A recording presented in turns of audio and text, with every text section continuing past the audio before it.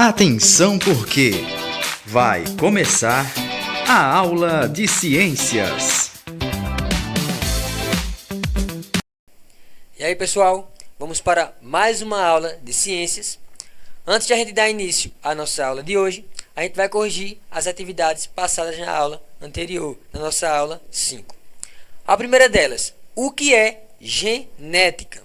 Bem, genética vai ser uma área da biologia ou uma área da ciência que vai estudar os mecanismos da hereditariedade humana ou herança biológica, certo?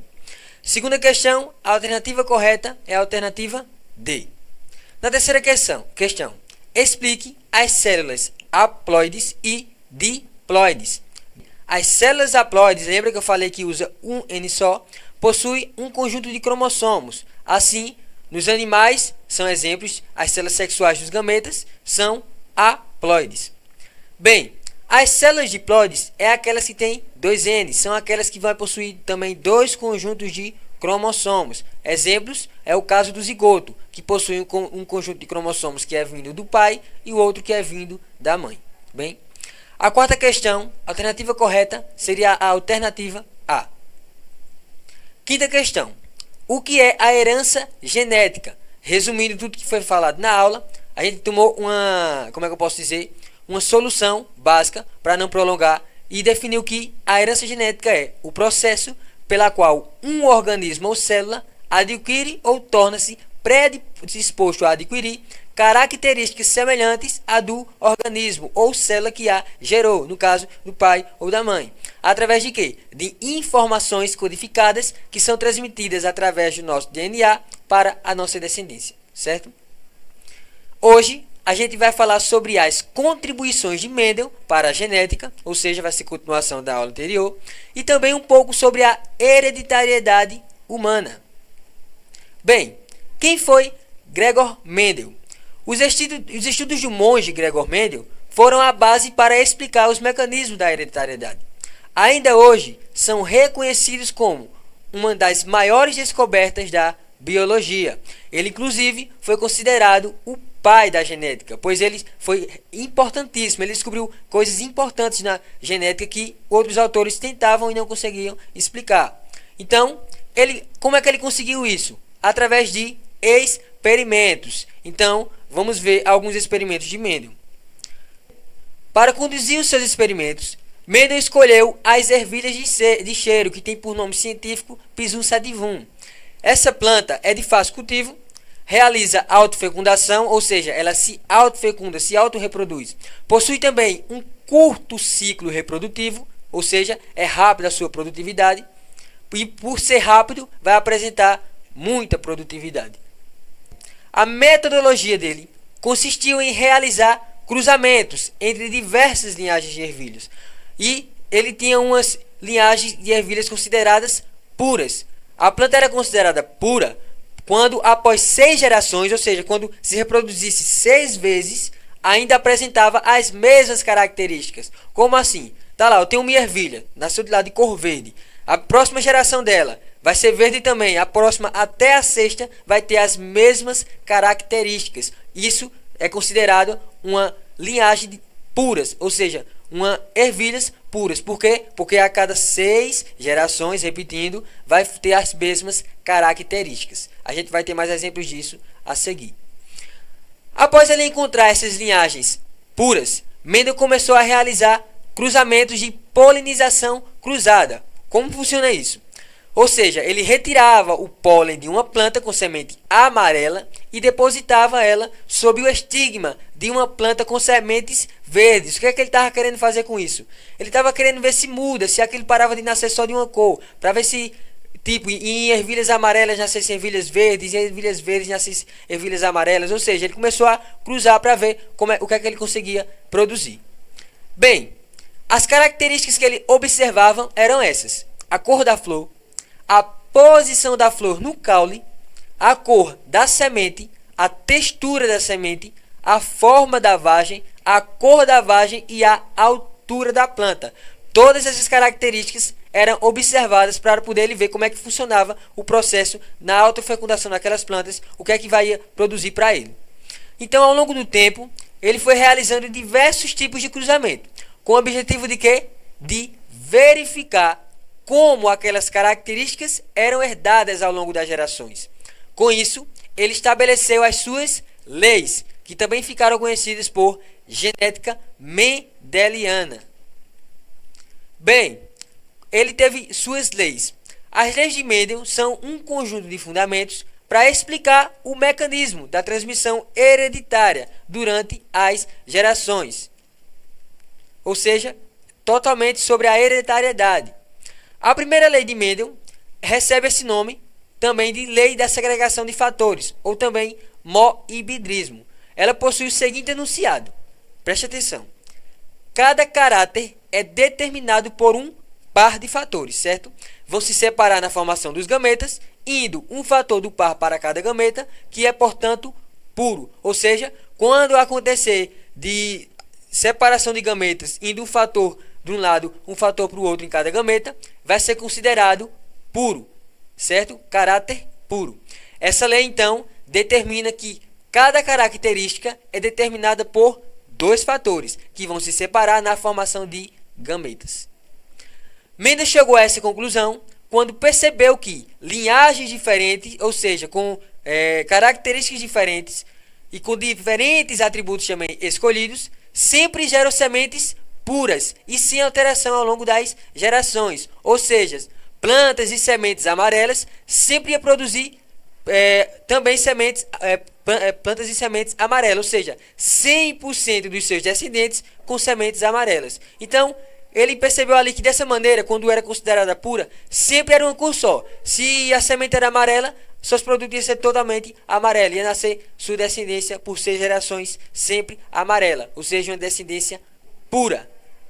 Assim, os descendentes dessa primeira geração, denominada de geração F1, eram 100% puros. Como todas as sementes geradas eram amarelas, Mendel realizou a autofecundação entre elas, ou seja, ele começou a cruzar amarelo com amarelo, para ver o que é que ele vai ter de resultado. Então, na nova linhagem, a geração chamada de geração F2, surgiram sementes amarelas e verdes. Olha que interessante. Ele só conseguia fazer amarela no começo, só conseguia ter pura, 100%. E daí ele começa a autofecundar entre elas mesmas, amarelo com amarelo. O que aconteceu? A cada 4 sementes, 3 era amarela e 1 era verde. A geração conhecida como geração F2. Ele já viu que começou a ter variações. Com isso, Mendel concluiu que a cor das sementes era determinada por 2 fatores. Um fator era dominante e condiciona sementes amarelas. E o outro fator era recessivo e determina sementes verdes. Lembra que eu falei na aula anterior sobre fator dominante e recessivo?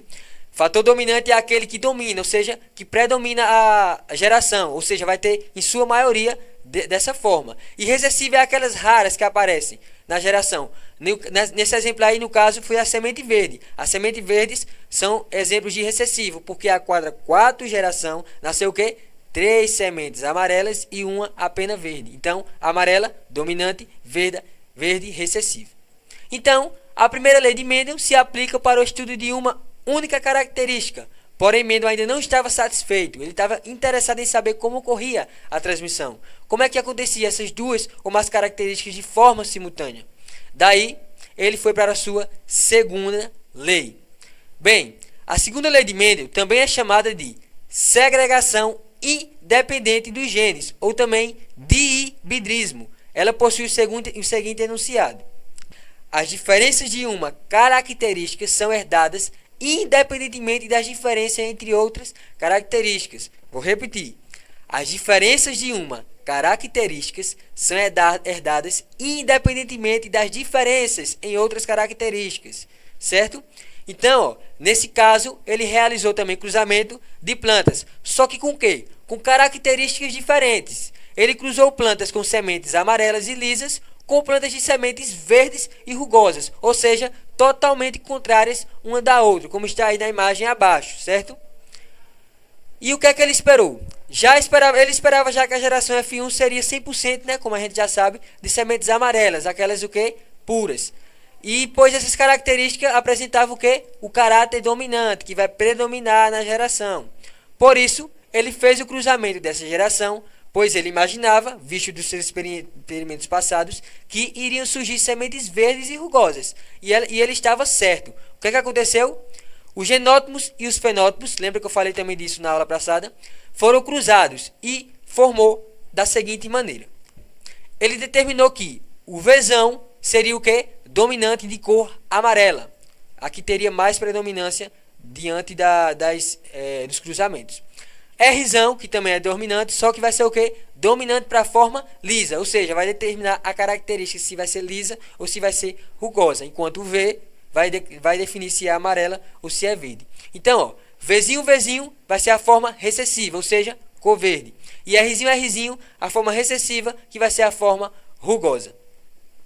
Então, ó, Mendel descobriu que na geração F2, diferentes fenótipos surgiram nas seguintes proporções. Ele cruzou lá as sementes de forma lisa com a forma rugosa e aconteceu a seguinte proporção.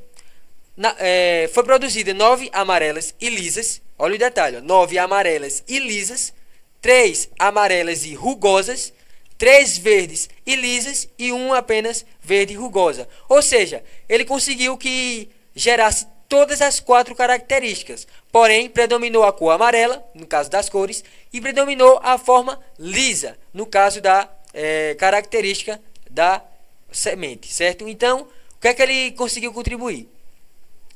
Conseguiu descobrir? Ele descobriu que esse tipo de cruzamento entre uma ervilha lisa com uma ervilha verde rugosa poderia dar a possibilidade de nascer todos os tipos de gerações, certo? Agora, a gente vai entender agora a hereditariedade genética. Lembrando que isso aqui que a gente falou também tem tudo a ver com a hereditariedade. Porém, aqui a gente utilizou sementes. Agora a gente vai falar de genética. A hereditariedade ou herança genética é o mecanismo biológico através do qual as características de cada ser vivo, agora ele está falando de ser vivo, são transmitidas de uma geração para outra, mas inclusive aqui de seres humanos. Envolve o quê? Vai envolver processos genéticos, uma vez que o meio de transmissão das informações é através de genes, certo?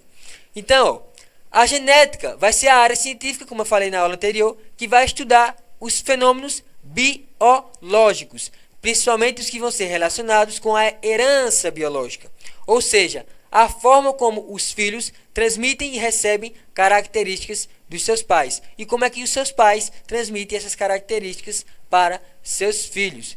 Desse modo, hereditariedade é um dos conceitos mais básicos da genética. Bem, princípios básicos relacionados com a hereditariedade.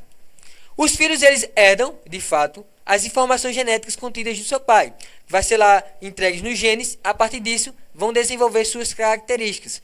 Sabemos que um zigoto, a célula lá que vai ser fecundada, que foi fecundada, ela recebe informação genética do seu pai e recebe informações genéticas da sua mãe.